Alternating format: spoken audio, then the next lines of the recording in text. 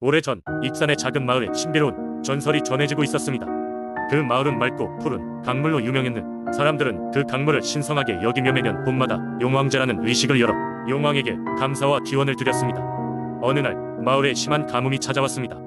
강물은 점점 줄어들었고 농작물은 시들기 시작했습니다. 마을 사람들은 불안을 감출 수 없었고 늘어가는 걱정과 함께 용왕제 날만을 기다렸습니다. 마침내 용왕제가 열리는 날 마을 사람들은 모두 강가에 모였습니다. 그들은 풍성한 제물을 준비하고 정성껏 용왕에게 제사를 올렸습니다. 제사가 끝날 무렵 마을의 어른 중 한 명이 어깨를 펴고 조용히 앞으로 나왔습니다. 그는 마을에서 가장 지혜롭다고 알려진 사람이었으며 사람들은 그의 말에 귀를 기울였습니다. 그는 오랜 전통에 따라 용왕께 기도를 드릴 때가 되었다며 단순한 제물만으로는 부족할 수 있으니 진심 어린 마음으로 용왕에게 소원을 비는 것이 중요하다고 말했습니다. 이때 마을의 한 소녀가 손을 들며 나섰습니다. 그녀는 어려서부터 특별한 기도를 할 수 있는 능력을 가지고 있다고 믿었는데 그 능력을 이제야 제대로 발휘할 때가 왔다고 느꼈습니다. 소녀는 강가로 천천히 걸어가 용왕에게 간절히 소망을 빌었습니다. 그녀의 기도는 가슴 깊이 울리는 진심으로 강물에 스며들었고 마을 사람들은 숨을 죽이고 지켜보았습니다. 그 순간 갑자기 하늘이 어두워지며 먹구름이 몰려들었습니다. 마을 사람들은 놀라움과 기대감에 숨을 삼킨 채 하늘을 바라보았습니다. 얼마 지나지 않아 하늘을 가르며 천둥 소리가 울려 퍼졌고 시원한 비가 강물 위로 쏟아지기 시작했습니다. 마을 사람들은 환호성을 질렀고 소녀의 눈에는 감사의 눈물이 가득했습니다. 그 비는 단순한 자연현상이 아니었습니다. 그것은 분명히 용왕이 마을의 기도를 들으시고 은혜를 내리신 결과였습니다. 비가 그친 후 강물은 다시 풍성하게 차올랐고 농작물도 다시 푸르게 살아났습니다. 마을 사람들은 그 후로도 매년 봄마다 용왕제를 더욱 성대하게 지내며 용왕의 은혜를 잊지 않고 감사하는 마음으로 살아갔습니다. 익산의 마을은 이 전설을 통해 자연에 대한 삼가와 존중 그리고 공동체의 결속을 다시금 깨달았습니다. 오래도록 이 이야기는 전해 내려와 사람들의 마음에 깊게 자리 잡았습니다. 그리고 용왕제는 단순한 의식이 아닌 마을 사람들에게 용왕의 은혜를 되새기는 소중한 전통으로 자리매김하게 됐습니다. 두 번째 이야기 전라북도 진안군의 높은 산들 사이에는 오랜 옛날부터 전해 내려오는 신비로운 바위 바람바위가 자리하고 있다. 이 거대한 바위는 마을 사람들에게는 그저 경치 좋은 관광 명소로 보일 수 있지만 오래된 이야기 속에 숨어있는 전설은 이곳을 특별하게 만든다. 바람바위는 종종 이 지역의 수호신으로 불렸으며 이는 바위가 마을을 여러 번이기에서 구해냈다는 믿음에서 비롯되었다. 옛날 옛적 진안 땅은 첩첩산중과 맑은 물줄기로 가득했지만 이따금씩 마을을 휩쓸고 가는 강한 바람으로 인해 주민들은 어려움을 겪었다. 마을 사람들은 바람을 막고자 여러 방편을 동원했으나 소용없었고 그들은 결국 산신께 도움을 청하게 되었다. 산신은 바위산 깊은 곳에 있는 바람바위에 마을의 운명이 달려있다고 알려주었다. 그 누구도 바람바위의 존재를 알지 못했기에 마을의 젊은이들은 이 전설을 쫓아 험난한 길을 나섰다. 그들은 산신이 일러준 길을 따라 며칠 밤낮을 걸어 마침내 깊은 숲속 바람바위에 도착했다. 바위는 하늘을 찌를 듯 높은 고지를 지키고 있었으며 주변은 무시무시한 바람 소리가 울려 퍼졌다. 젊은이들은 바람바위 앞에서 정성을 다해 기도를 올리고 이 바람이 마을을 지켜줄 것을 간절히 요청했다. 그 순간 바위가 미세하게 흔들리더니 황금빛의 환상이 나타나 그들에게 말했다. 너희들의 진실한 마음에 감동하였다. 나는 이곳의 수호자로 너희 마을을 지키겠다. 이후로 바람바위는 신비로운 힘을 발휘하여 마을을 위협하는 강풍을 막아주기 시작했다. 바람바위를 둘러싸고 돌고 도는 바람은 이제 마을에 오지 않았고 대신 청명하고 부드러운 바람만을 불어넣어 주었다. 마을 사람들은 바람바위에게 매해 감사의 제사를 드렸고 이 이야기는 대대로 전해 내려오게 됐다.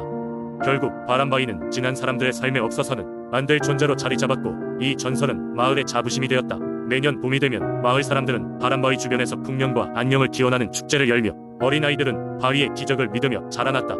지난해 거센 바람 속에서 빛나는 바람바위의 전설은 이곳 사람들의 마음속에 영원한 수호신으로 남아있다. 세 번째 이야기 옛날 옛적 청명한 하늘과 푸른 바다가 어우러진 전라남도 이완도에는 용기와 지혜로 전설적인 이야기를 만든 한 어부가 살고 있었습니다. 그의 이름은 박순정이었고 바다를 사랑하는 마음만큼은 누구보다도 깊어서 하루도 빠짐없이 바다에 나가 물고기를 잡고는 했습니다.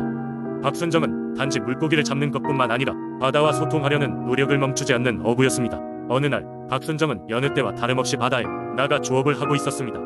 그런데 갑작스러운 폭풍우가 몰아치면서 그는 조그마한 배에서 방향을 잃고 말았습니다. 바람과 파도가 극심하게 몰아치는 가운데 박순정은 배를 지키기 위해 사투를 벌였지만 결국 배가 뒤집히고 그는 차갑고 거친 바닷속으로 빨려 들어갔습니다. 깨어났을 때 박순정은 해저 깊숙한 곳에서 눈을 떴습니다. 그는 스스로를 믿을 수 없을 만큼 놀랐지만 그곳은 신비롭고 아름다운 광경이 펼쳐진 인간 세상과는 전혀 다른 용궁이었습니다. 그의 앞에 거대한 용왕이 나타났습니다. 용왕은 박순정에게 하늘처럼 맑은 목소리로 말을 걸었습니다. 용감하고 성실한 어부여, 내가 날마다 바다를 귀하게 여기는 마음을 내가 이미 오래전부터 알고 있었다. 그리하여 너를 나의 성에 초대하였다. 너에게는 이 바다에서의 안전한 조업과 풍성한 수확을 위해 내가 축복을 내릴 것이다. 박순정은 감동하여 용왕에게 진심으로 감사의 인사를 전했습니다. 용왕은 자신의 비늘 한 조각을 박순정에게 주며 이 비늘이 있는 한 너는 항상 바다에서 안전할 것이며 물고기들은 너에게 모여들 것이니라 고 덧붙였습니다. 박순정은 용왕께 다시 한번 고개 숙여 감사드린 용들의 안내를 받아 무사히 바다 위로 올라왔습니다. 그가 깨어난 순간 폭풍우는 사라지고 맑은 하늘과 잔잔한 물결이 그의 주변을 감싸고 있었습니다. 이후 박순정은 용왕의 비늘 덕분에 바다에서의 모든 일이 순조롭게 이루어졌고 마을 사람들도 그의 이야기와 함께 많은 도움을 받을 수 있었습니다. 세월이 흐르고 피폐한 상황에서도 완도의 사람들은 어부 박순정과 용왕의 전설을 잊지 않았습니다. 이 이야기는 서로의 의지와 신뢰를 통해 인간과 자연이 공존할 수 있다는 교훈을 일깨워 주었기에 사람들은 여전히 바다에 나가기 전 용왕님께 안전과 풍어를 기원하는 작은 의식을 치르게 되었습니다. 네 번째 이야기.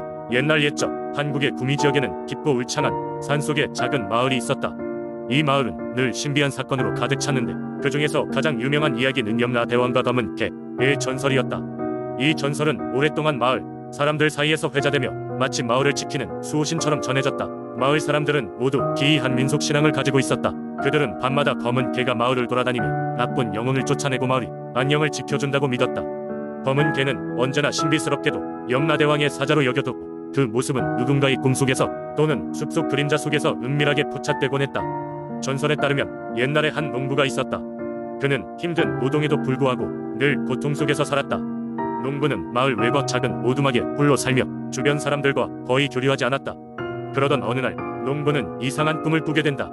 꿈속에서 한 검은 개가 나타나더니 그를 외딴 숲속으로 이끌었다. 검은 개는 묵묵히 농부를 안내하였고 그 끝에는 거대한 나무 앞에서 멈추었다. 나무 뒤에서 등장한 인물은 바로 염라대왕이었다. 염라대왕은 농부에게 다가와 말했다. 너의 고통을 알고 있다. 하지만 너에게 힘과 지혜를 줄 테니 어둠 속에서 빛을 찾거라. 갑작스러운 제안에 농부는 당황했지만 염라대왕의 눈빛에는 진실한 강렬함이 있었다. 그렇게 꿈에서 깨어난 농부는 이를 신의 계시로 받아들이고 마을 사람들에게 이 이야기를 전하기 시작했다. 이후로 농부는 놀라울 정도로 성실하고 지혜롭게 살아가며 마을의 존경을 받았다. 그가 경작한 땅은 기적적으로 풍요로워졌고 그의 삶은 점차 안정되었다. 마을 사람들은 이를 검은 개와 염라대왕이 준 축복이라 믿고 마을의 수호신으로 여겨 존경했다. 세월이 흐르면서 염라대왕과 검은 개의 전설은 구미 지역에서만큼은 누구나 알 법한 유명한 이야기가 되었다.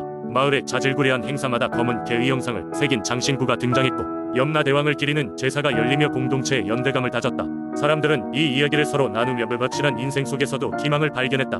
오늘날에도 이 전설은 구미 지역의 독특한 민속신앙의 중요 요소로 남아있으며 마을은 여전히 검은 개가 제공한 안녕과 축복 속에서 평화롭게 번영하고 있다. 사람들은 마을을 지나다 검은 개를 마주치면 작은 경의를 표하며 염라대왕과의 신비한 인연을 마음에 품고 살아간다. 다섯 번째 이야기. 옛날 옛적 강원도 깊은 산속에 자리 잡은 작은 마을 화천에는 신령스러운 산신령이 산다는 전설이 전해지고 있었다. 이 산신령은 마을 사람들에게 행운과 풍요로움을 가져다 주신다고 믿어져 마을 사람들은 매년 음력 8월이 되면 산신제를 열어 그를 경배하곤 했다. 마을에는 이서라는 청년이 살고 있었다. 그의 부모님은 그가 어릴 때 사고로 돌아가셨고 이서는 홀로 마을 사람들의 도움을 받아 힘겹게 살아가고 있었다.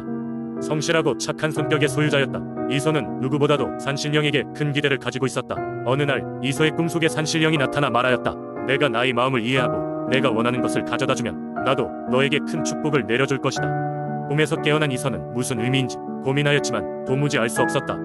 바로 다음날 이서가 우연히 마을 장터를 지나다니고 있을 때 한 노인이 다가와 이서에게 말을 걸었다. 젊은이, 내가 산신령에게 바칠 것을 찾고 있구나. 그렇다면 저 멀리 있는 산 정상에 올라가 희귀한 흰 꽃을 피워보게나. 그것이 산신령이 원하는 것이란다.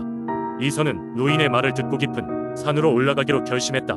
지나치게 가파르게 이어진 산길을 걸으며 이서는 여러 차례 큰 위기를 맞았다. 높은 절벽 아래로부터 밤늦도록 무서운 동물들의 울음소리가 들려왔고 관중들이 좋아할 만한 익살스러운 순간들, 당황스러운 해프닝도 여러 번 벌어졌다. 그러나 이서는 그런 모든 어려움을 극복하고 마침내 산 정상에 도달했다. 마침 그곳에는 꿈에서 본 것만 같은 눈부시게 아름다운 흰 꽃이 피어 있었다. 이서는 그 꽃을 정성스럽게 채집하여 돌아가는 길에 그 노인을 다시 만나게 되었다. 노인은 이서를 바라보며 미소 지으며 말했다. 내가 마침내 해냈구나. 이제 이 꽃을 산신령제에 바치게나. 산신령께서는 너를 항상 지켜보시며 너의 성실함을 인정하실 거야. 이서는 노인의 충고대로 사흘 후 마을에서 열릴 산신령제에서 그 흰 꽃을 정중히 바쳤다. 제사가 끝난 후 믿기 힘들 만큼 놀라운 일이 일어났다. 그날 밤 이서의 꿈속에 다시 산신령이 나타났다. 산신령은 환한 빛을 발하며 이렇게 말했다. 이서여, 너는 참으로 현명하고 성실한 자로구나. 너의 진정한 마음이 나를 감동시켰다. 나는 내가 꿈꾸는 모든 것을 이룰 수 있도록 도와줄 것이다. 이후로 이서는 자신의 농장에서 비옥한 수확을 얻고 마을에서도 귀중한 인재로 인정을 받아 번성하기 시작하였다. 마을 사람들은 이서의 이야기를 전설로 전하며 산신령의 축복을 믿고 보다 더 열심히 제사를 지내기 시작했다. 이서의 이야기는 이렇게 화천의 전설이 되어 오늘날까지도 전해지고 있다.